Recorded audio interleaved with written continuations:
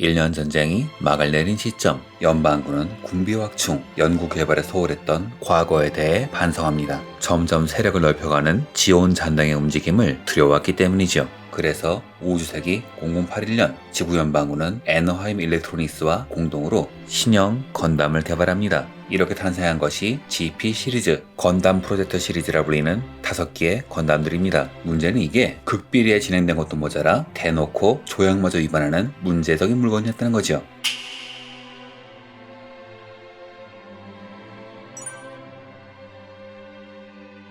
일 년 전쟁이 끝난 후 당시 애너하임은 모빌스 산업의 주도권을 쥐는데 온 힘을 쏟고 있었고, 이를 위해 지오닉사를 인수합병하는 등 지원기 기술을 최대한 독점하는 한편 지원기 기술자도 적극적으로 영입합니다. 이는 연방군의 상황을 보고 읽어낸 포석이었죠. 전쟁에서 승리한 연방은 전후에 입수한 여러가지 자료, 지온의 모빌슈츠, 모비라머의 기술 자료를 보고 경악합니다.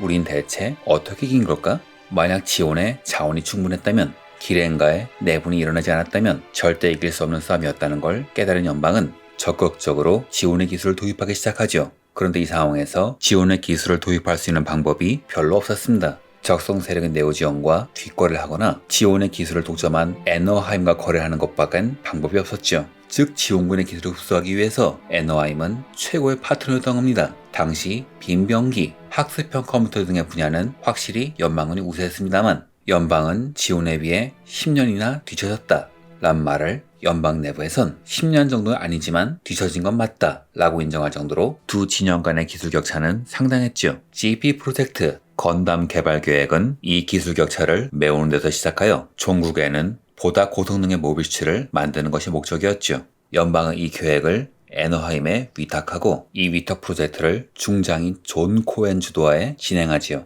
사업을 위탁받은 애너하임은 자회사인 클러벅스에게 설계를 일임하고, 클러벅스는 연방군의 의도를 최대한 반영하여 기체를 설계합니다. 이렇게 태어난 기체가 꽃이 피다란 뜻을 지닌 프로토타입 기체, 건담 시작 영호기 블로썸, 그리고 이 데이터에 따라 파생 기체들이 개발되며 이 기체들은 꽃과 관련된 코드네임을 부여받습니다.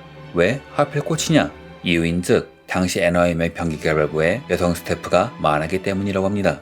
단 이 코드네임은 애너하임의 내부에서만 불렸으며 연방군의 정식 명칭으로 등록된 적은 없다고 하네요. 여하튼 이렇게 연방군의 의도, 작전 목적에 따라 다양한 건담이 개발됩니다. 이 기체들의 가장 큰 특징은 디자이너가 각각 다르다는 거죠. 이번에 소개할 기체인 건담 시작 1호기와 2호기는 마크로스의 발키리로 유명한 카우머리 효지, 그래서인지 자세히 들여다보면 항공기와 같은 디테일이 곳곳에 보입니다. 3호기는 당시 신예였던 가토키 하지메, 4호기는 건담걸로 유명한 아키다카 미카가 디자인했으며, 0호기인 블로썸의 경우에는 오너의 경우 일러스트레이터자 만화가인 아즈마리아가 맡았습니다. 여러분께서 아실만한 작품이라면 신마성기신의 기체 정도일까요?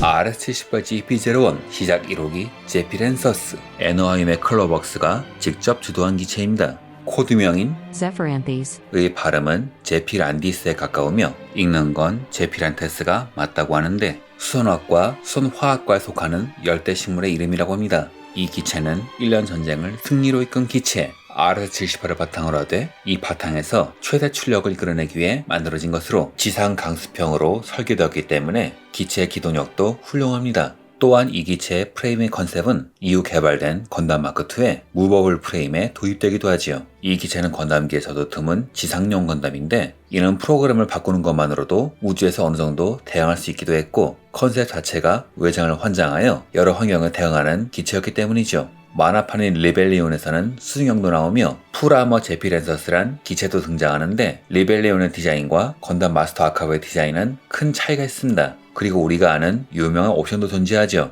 풀버니어는 대파전 GP01을 수리하는 김에 우주용으로 개발한 마개조 기체입니다. 원래 상정했던 우주선 사양과는 꽤 차이가 나는 개조를 불과 2일만 했다고 하죠. 그리프스 전용 후반기의 기체와 맞먹는 스펙이기 때문에 니나의 기술력은 세계 제일이란 말이 나오기도 했습니다. 사실 원인은 0083 특유의 설정 파괴겠죠.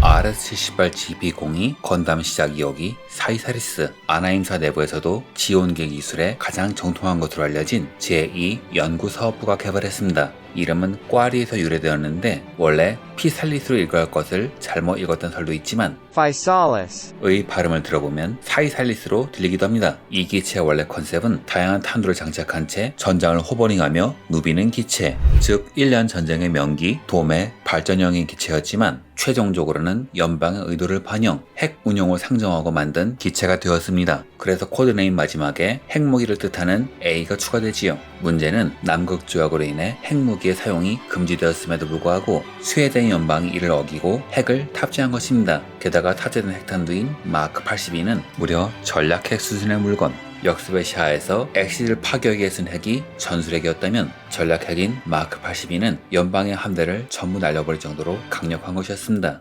원래는 탄두 발사형 기체였지 핵을 운용하는 기체가 아니었기에 발사되는 핵탄두는 자체 추진기가 없는 로켓 추진으로 발사되는 물건이죠. 이러면 핵 폭발의 반경에 기체가 말려들게 됩니다. 이 피해를 최소화하기 위해 기체 장갑을 두껍게 하였고 실드에는 핵탄두 발사 시 기체를 강제 냉각하는 장치가 탑재되어 있으며 콕핏에는 중성자 감소체가 둘러있어 파일럿을 피폭으로부터 보호하지요. 아마 연방이 스스로 조약을 어긴 이유는 지온의 위협이 그만큼 두려웠기 때문일 겁니다. 문제는 이런 부정의 상징이 토린톤 기지에서 중력하에서의 운용 테스트를 하던 도중 지온 잔당인 데라즈 플리트에 의해 강탈당하고 만 겁니다.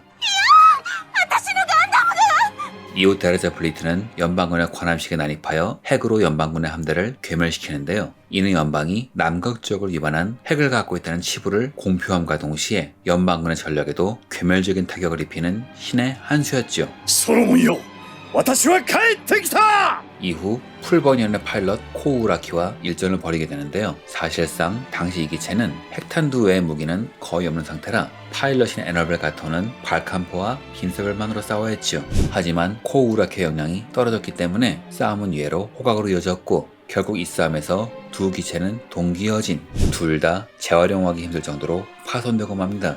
이 기체는 핵으로도 유명하지만 건담답지 않은 얼굴로도 유명한데요. 이유는 제2연구사업부가 지원계 기술자로만 이루어졌기 때문입니다. 얼굴만이 아니라 호버링으로 이동하는 것은 도움의 컨셉을 따왔기 때문이며 핵을 발산하는 개념은 최초의 실전용 모빌 수치인 자쿠가 핵탄두 모빌 수치로 개발된 것에서 가져온 것이죠. 핵탄두를 발사하기 위한 아토믹 바주카는 평상시엔 분리되어 탑재되는데 이 후보가 백팩에 장착되기 때문에 우주 공간에서 추진력을 확보하기 위해 양 어깨에 플렉시블 바인더가 장착되었습니다. 이후 이 기술은 릭디아스, 백식의 슬라스터 바인더 등에 도입되었습니다. 당시 운영된 기체 무장은 발칸과 빈사벨 뿐이지만 본래 컨셉은 다양한 탄두를 발사하기 위한 기체로 이런 사양에 맞춰 데라즈 플리트가 빈바주카 등의 무장을 준비했다는 설정이 추가되었습니다. 또한 아케이드 게임인 전장의 유대에서는 환상의 중거리 지원 계획이었던 멀티미사일 런처형이 등장하지요. 게임인 슈퍼 로봇 대전에서는 밸런스를 맞추기 위함인지 원작에는 없던 무기들을 많이 들고 나옵니다. 아무래도 발칸포, 빔사벨, 핵미사일만으로 게임을 풀어나갈 수는 없다고 판단했기 때문이겠죠. 또한 슈퍼 로봇 대전 EX에서는 가토가 핵은 함부로 쓰는 게 아니라고 주장하면서 설정에 등장하지도 않는 플라즈마 리더라는 무기를 들고 나옵니다. 하지만 말은 이렇게 해도 라아기아스는 결계로 인해 핵병기가 무효화되므로 어차피 핵은 쓸 수가 없었겠죠. 물론 개인적으로는 핵병기는 무효화되는데 건담들의 동력인 핵 융합 엔진은 괜찮은가? 란 소소한 의문이 남긴 하지만요. 슈퍼 로봇 대전 A에서는 빔 라이프를 들고 나오는데 이건 어떻게든 이해할 수는 있지만 리메이크작인 슈퍼 로봇 대전 AP에서는 원작에 나오지도 않는 부스테드 라이프를 들고 나옵니다. 이 장비는 건담의 장비가 아니라 슈퍼 로봇 대전 오리지널 무기라서 화제가 되었죠. 또한 베리에이션으로 기동사 제타 건담 디파인에 나오는 0086년 버전 그리고 설정상으로만 존재하는 수중형 기체도 존재하지요. 당시 선라이즈는 침체된 건담 비즈니스를 살리기 위해 토미노 감독에게 새 작품을 부탁하죠. 이렇게 만들어진 작품이 기동사 건담 F91이지만 그럼에도 불안했던 선라이즈는 한 가지 작품을 더 준비합니다. 그래서 한창 제작 중인 F91의 인류 작화 스텝을 차출하여 별도의 새로운 프로젝트를 준비하는데요. 이 작품이 바로 기동사 건담 0083입니다. 하지만 이런 전횡이 미묘한 결과로 나오죠. 극장판인 F91 쪽은 우수한 작화 스태프를 죄다 빼가는 바람에 TV판과 같은 수준이라는 오명을 들었으며 0083 쪽은 핵심인 시나리오, 기획을 신인으로만 때우는 바람에 연출이 뛰어남에도 불구하고 부족한 기획으로 인한 모순이 많이 드러나지요. 가장 말이 많이 나오는 것이 1화에선 가토를 알아보지도 못했던 니나가 나중에 가토와 연인 사이였다는 설정이 추가된 겁니다. 何をしてるの？ハッチを閉めて降りなさい。誰よ。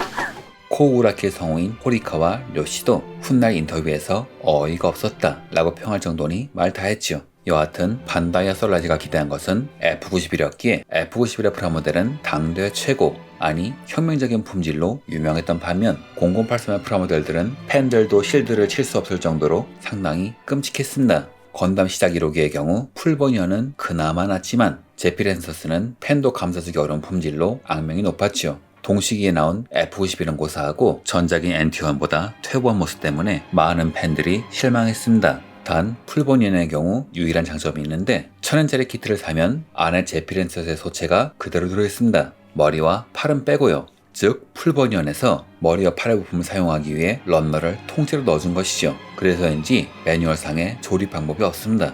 1997년에 나온 마스터 그레이드는 당시엔 저렴한 가격에 높은 퀄리티로 유명했지만 지금 만들면 여러가지로 부족한 키트죠. 3년 뒤에 나온 HC가 그나마 괜찮은 것 같지만 20년 전 키트라 품질은 많이 부족합니다. 지금 이 시점에선 차라리 RG를 사는 게 낫지요. 2003년에 발매된 PG는 제피렌서스와 풀버니언이 모두 들어있습니다. 정확히 말하면 외장 장갑을 바꿔 낄 수 있는 사양이죠. 저 개인적으로는 머리가 설정보다 약간 큰데다 다리가 짧아서 비율이 이상하다 생각하며 당시엔 먹선을 넣느라 정말 힘들었던 기억이 납니다. 먹선 양이 PG 2개분이었으니까요. 또한 머리가 컸던 이유는 LED 발광 기믹을 머리에 넣어야 했기 때문인데 이 문제는 기술이 발전하고 소형 코인 존지가 개발되면서 겨우 해결되지요. RG는 무난한 품질이지만 코어 파이터 분리 기믹의 고정이 제 것만 그런 건지 모르겠지만 조금 헐겁습니다. 지금은 컨셉이 바뀌었지만 원래 RG의 컨셉은 공통 프레임에 다른 외장을 입히는 개발비를 줄이고 다양한 모델을 내는 컨셉의 제품이었는데 이 제품도 건담 마크2의 프레임을 거의 그대로 활용하지요. 아마 그래서 헐거웠던 게 아닌가 하고 개인적으로는 추측합니다.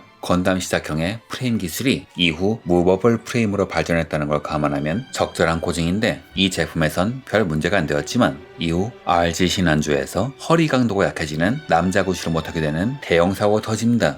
아무래도 제 주변에는 연방보단 지온 팬이 많아서 그런지 1호기의 팬보다는 2호기의 팬들이 더 많지만 이쪽은 상황이 더욱 심각합니다. 초기 프라모델은 설정색은 둘째치고 머리가 납작하고 못생긴 데다가 프로포션이 어정쩡해서 원작의 간지는 어디론가 가버렸기 때문에 당시에는 거의 폭탄 취급을 받았습니다. 1998년에 나온 마스터 그레이드는 0083 팬들은 꼭 사야 하는 키트로 평가받았지만 저 개인적으로는 실드를 들지 못하는 게 좀 아쉽더군요. 이건 건프라 고유의 법칙, 물리 법칙은 이길 수 없다 에서 온 사태로 아마 지금 나와도 클러치 관절을 쓰지 않는 한 저 방패는 들 수 없을 겁니다. 2000년에 나온 HGUC는 상당히 좋은 제품이었습니다. 여태까지 나온 시작 2호기의 노하우가 담긴 것인지 단점이 상당 부분 개선되었으며 MG가 상품화를 위해 가도키 하지메가 리파인한 것이라면 HG는 원작의 설정, 카와머리 쇼지의 설정을 그대로 옮긴 것 같은데 개인적으로는 HG의 프로포션이 MG보다 낫다 생각해요. 하지만 실드를 들지 못하는 건 마찬가지입니다. 이 제품에는 지금은 생각할 수도 없는 초대박 서비스가 있는데 게임에서만 나온 MLRS 사양이 따로 키터가 된 것이죠. 요즘 같으면 나오기도 힘들고 나와봤자 프리미엄 반다이 필수겠죠? 다만 이 키트는 200엔이 비싸지면서 스탠드가 제거되었기 때문에 아는 사람은 핵바주카 버전을 사곤 했죠. 그리고 이 시리즈에는 이외에 명품이 있습니다. 바로 SD죠. 전 SD엔 별로 흥미가 없지만 0083 SD는 아주 좋아합니다.